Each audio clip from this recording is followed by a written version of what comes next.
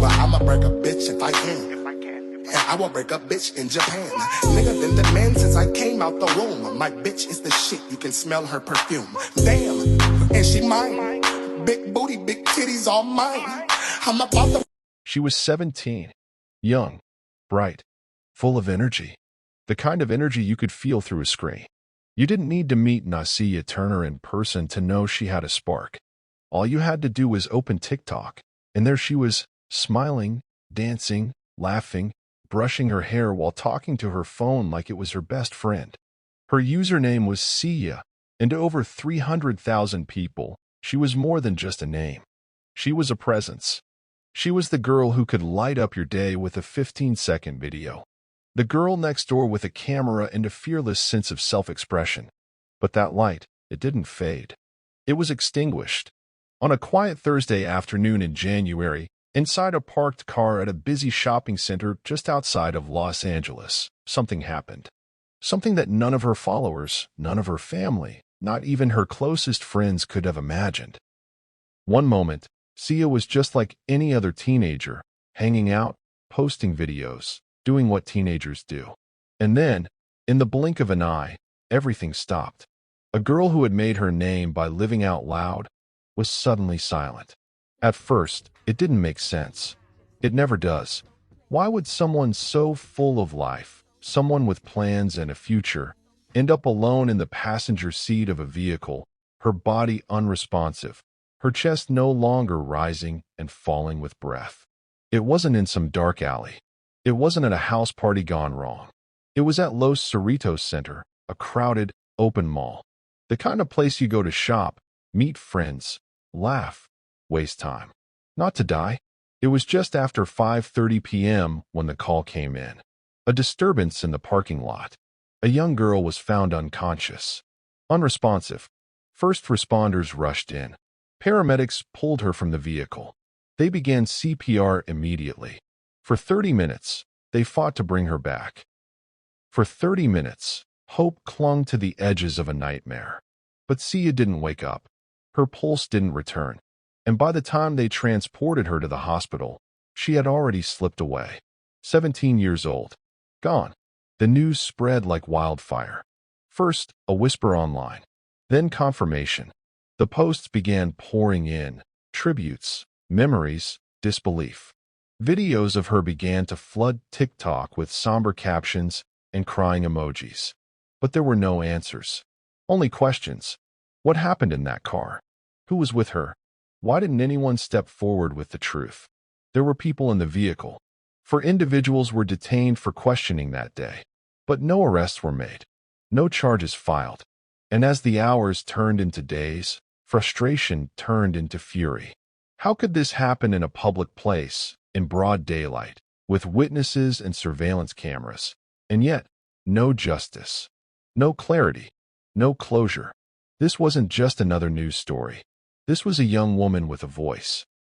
A daughter, a sister, a friend, a girl who dreamed big and reached far. And somehow, she ended up as another unsolved case, her story unfinished. The medical examiner confirmed what many feared. It was a bullet. One round, fired into her chest. That's what ended her life. That's what silenced her voice. But who pulled the trigger? And why? This is the story of Nasia Turner, the rise of a digital star, the tragedy that cut her life short, and the investigation that has left a community demanding answers. Over the next 3 hours, we'll retrace her final day.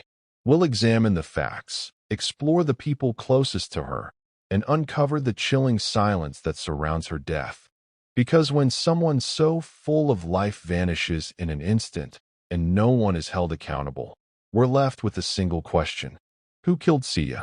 And why is no one talking? It was just after 7:30 p.m. On January 18, 2025, when deputies from the Los Angeles County Sheriff's Department responded to a distressing call at the Los Cerritos Center parking lot. Upon arrival, they discovered 17-year-old Nasia Turner, known to her fans as Sia, unresponsive in the passenger seat of a vehicle. A single gunshot wound to her chest was evident. Despite immediate medical attention and transportation to a nearby hospital, she was pronounced dead shortly thereafter. Eyewitnesses described a chaotic scene. Jeremy Paglia, a manager at a nearby Chipotle, recounted seeing a group of young individuals, visibly distressed, surrounding the vehicle. A nurse who happened to be nearby attempted CPR for approximately 10 minutes before emergency services arrived. Four individuals who were in the car with Turner were detained for questioning. However, as of now, no arrests have been made, and the investigation remains ongoing. Lieutenant Steve DeYoung of the Sheriff's Homicide Bureau has stated that the context and details of the incident cannot be elaborated upon at this time. Turner's final TikTok video, posted just hours before her death, showcased her styling her hair and dancing, a routine that resonated with her followers. Since her passing, tributes have poured in across social media platforms.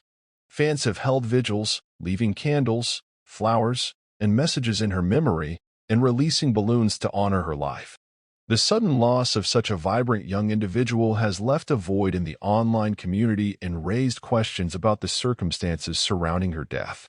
As the investigation continues, many hope for answers and justice for Nassiyah Turner. To understand what happened that day, you have to understand Sia. Born Nassiyah Turner in 2007, she grew up in Los Angeles. Like many kids her age, she was creative, bold, a little wild. She had a natural sense for rhythm, an instinct for camera angles, and a voice that made you want to listen. She started making TikTok videos during the pandemic, when the world felt like it was falling apart and teenagers everywhere turned to their phones for connection. But Sia didn't just follow trends, she set them. Her dances went viral. Her humor drew people in. Her confidence was magnetic. By 2024, she had amassed over 300,000 followers. But unlike some influencers who kept their fans at a distance, Sia let people in. She talked about school, friendships, mental health. She'd film herself doing her edges or ranting about bad grades. She showed her room, her clothes, her life. And that life, for all its glamour online, wasn't always easy. Sources close to the family say Sia had recently been hanging out with a different crowd. Older teens, some known to law enforcement. There were rumors, arguments, jealousy, people pretending to be friends while hiding other intentions. But nothing concrete, just whispers. Until January 18th. The night Sia died, she had posted her usual content. Short clips. A dance. A get ready with me. She didn't seem scared. She didn't look anxious. She was just being her. That's what makes what happened next so haunting. At some point in the afternoon, she met up with 4 others, all between the ages of 17 and 20.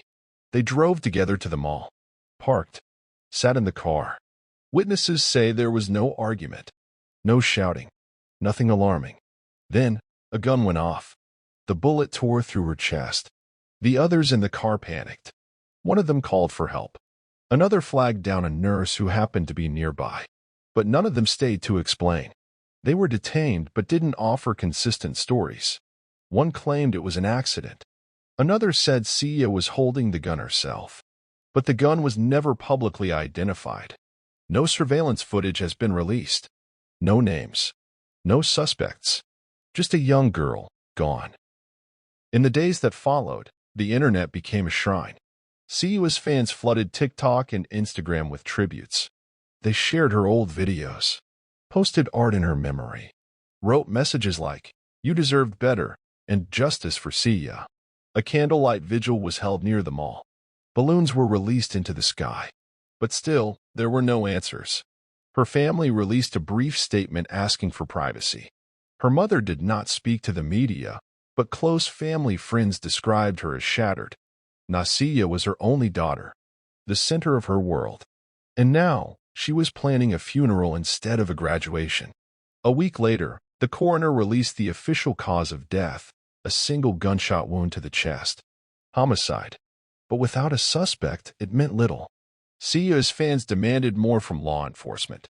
Hashtags began trending, #Justice for Sia, #Who Killed Sia. Still, the sheriff's department offered little information. Reporters filed FOIA requests. Activists showed up outside the station. And yet, nothing.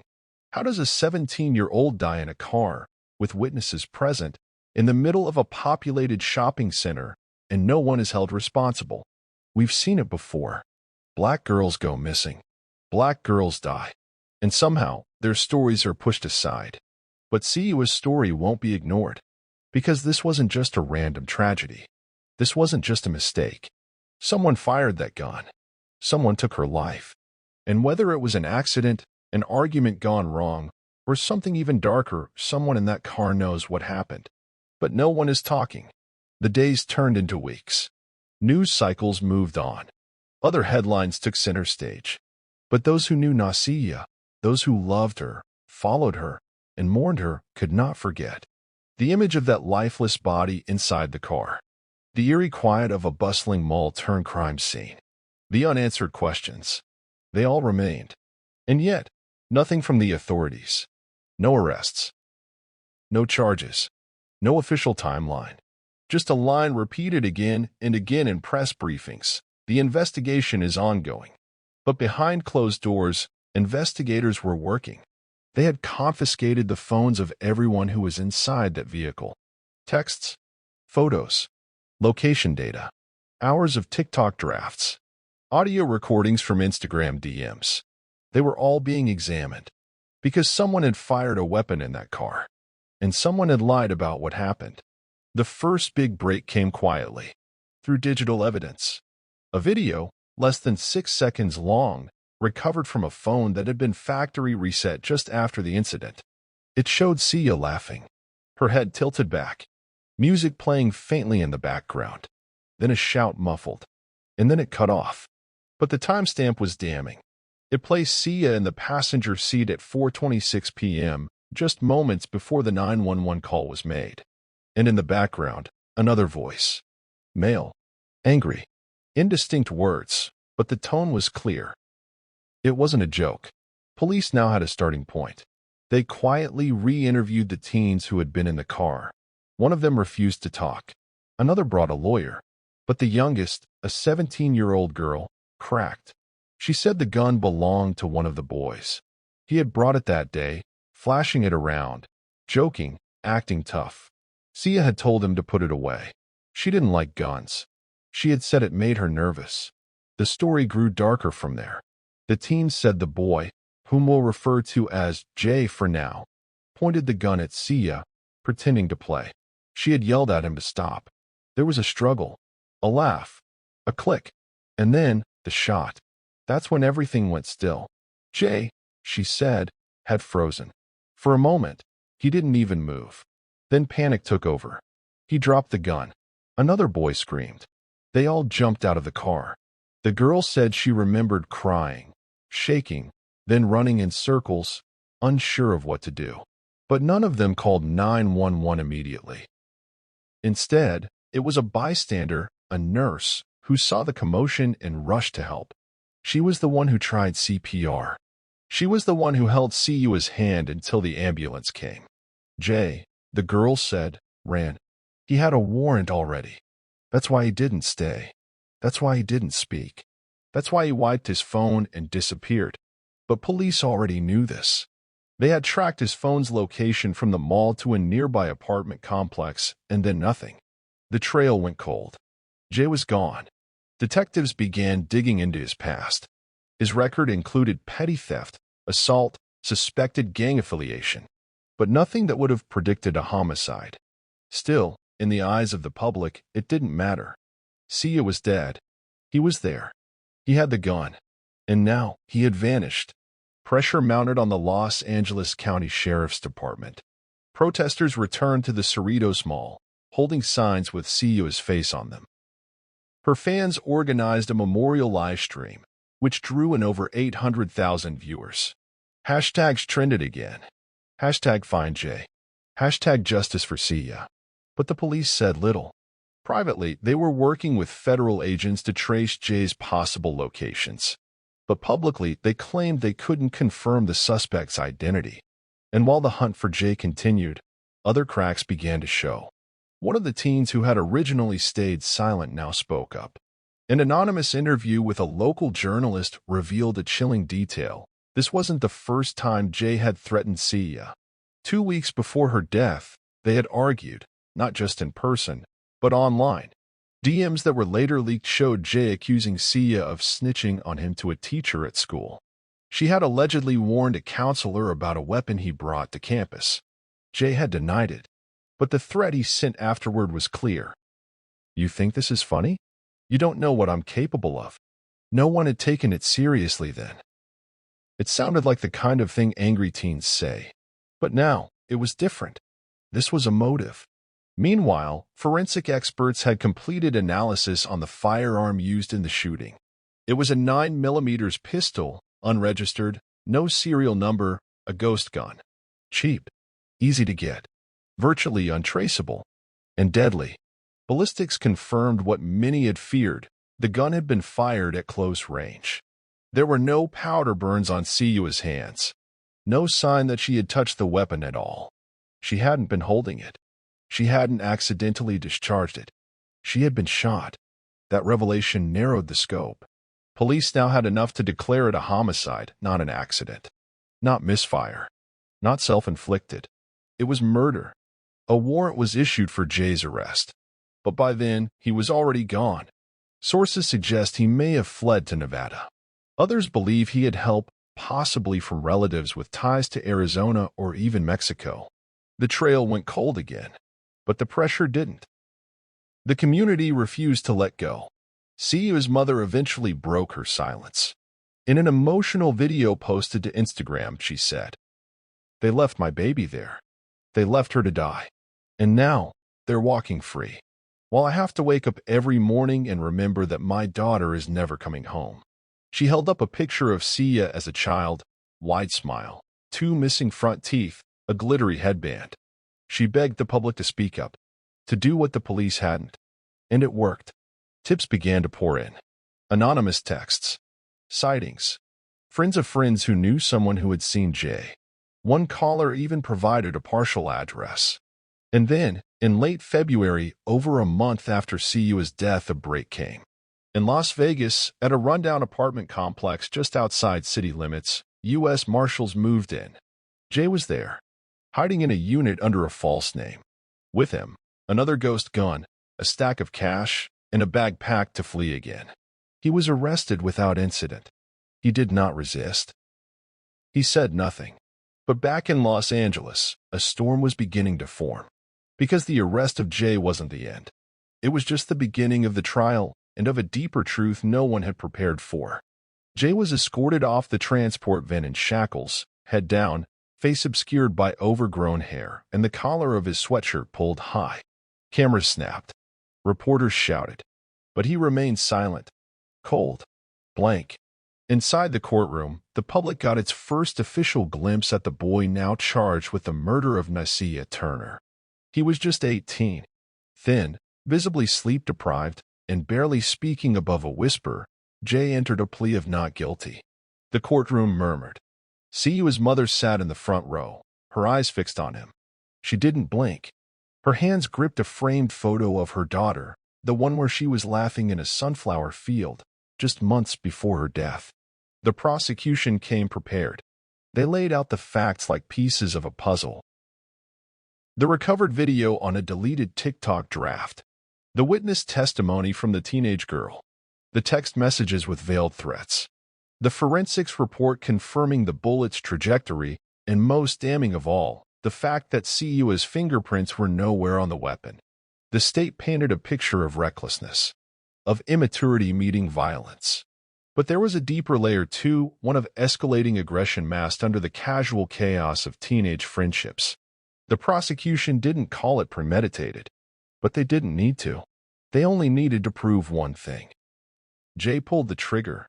The defense, however, told a different story. They didn't deny that the gun went off in Jay's hand, but they argued it was an accident, a tragic, horrifying mistake. They claimed he never meant to hurt her, that the gun was passed around the car like a toy, that there was no motive, no malice, no intent. They emphasized his youth, his lack of prior convictions, his fear in the aftermath. But the jury was also shown what happened after the shooting. Jay fleeing, wiping his phone, deleting accounts, hiding out in a different state under a fake name. None of that looked like the actions of someone who felt remorse. Then came the testimony that shifted the energy in the room. It was from the 17-year-old girl who had seen how he laughed, how he shouted something crude, then pointed it directly at her chest, and how, in the middle of that shout, the shot rang out. She said Siya's body jerked. Her eyes widened, and then she slumped. The courtroom went completely silent. You could hear the breath leave the room. The girl wept. She apologized to Siya's mother. She said she'd never forgive herself for not doing more. Then came the digital forensics expert. He walked the jury through the metadata on Jay's phone. The factory reset occurred 17 minutes after the shooting. And before that, one final message was sent to someone saved only as UNC. Need to lay low. Something happened. Bad. The prosecution rested, and the trial entered its final stretch. Siya's family sat through it all. Her mother never missed a day. Her little brother wore one of her hoodies every time he came to court. Her father, who lived in Georgia, flew in for the sentencing phase. He hadn't seen Siya in 2 years. Now he said he would never see her again. The defense made one last plea for leniency. They urged the court to see Jay as a boy, not a monster. They said he was failed by the system, failed by adults, failed by the streets. They asked for compassion. But the jury didn't see a boy. They saw a young woman's life stolen in an instant. They saw lies, concealment, and calculated evasion. And after just 5 hours of deliberation, they returned with a verdict. Guilty. Second-degree murder. Sentencing was swift. The judge, addressing a packed courtroom, spoke with gravity. This was a young man with choices. He chose to bring an illegal weapon. He chose to use it recklessly. And he chose to run, instead of helping the person he hurt. Jay was sentenced to 18 years to life. The room erupted. Siya's mother cried for the first time in public. Loud, guttural sobs that echoed across the wooden benches. Her brother clutched her arm. Friends held one another, tears streaming down their faces. But justice, while delivered, did little to ease the pain. Siya was still gone. Her room remained untouched, posters still on the wall, hair products on the dresser, a half-written notebook beside her bed with lyrics she never finished. Her social media accounts remained online. Thousands of comments flooded her last video. Justice for Siya. Rest in power, Queen. I missed your laugh. Her death left behind a hole, not just in her family, but in the hearts of her digital community, in her school, and in every teenager who once believed social media fame made you untouchable. It didn't. The aftermath reached beyond the courtroom. Lawmakers reignited debates about ghost guns, untraceable weapons sold in pieces, often online, often to minors. One senator held up Siya's photo during a hearing and said, "This isn't a statistic. This was a girl, a daughter, a friend, a future." California passed legislation tightening the laws around homemade firearms just months after the trial. It was dubbed Siya's Law, but nothing, not even justice, could return her. At her memorial, her mother stood before a sea of white flowers, holding Siya's favorite hairbrush. She said, "My baby used to sing to me when I was sad. Now I sing to her. Every day. Every night. I hope she hears me." A candlelight vigil followed. Hundreds attended. They lit candles, released balloons, played her favorite songs.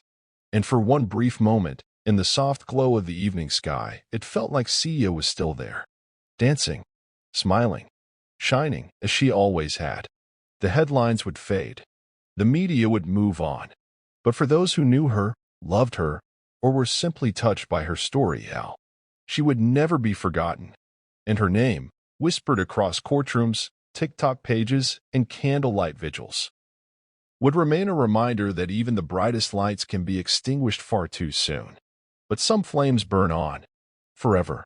Her name was Nasia Turner. To the world, she was Siya, a girl with a smile so bright, it felt like sunlight in motion. But her light was taken, and tonight, we've walked through the shadows left behind. Now, we turn to you.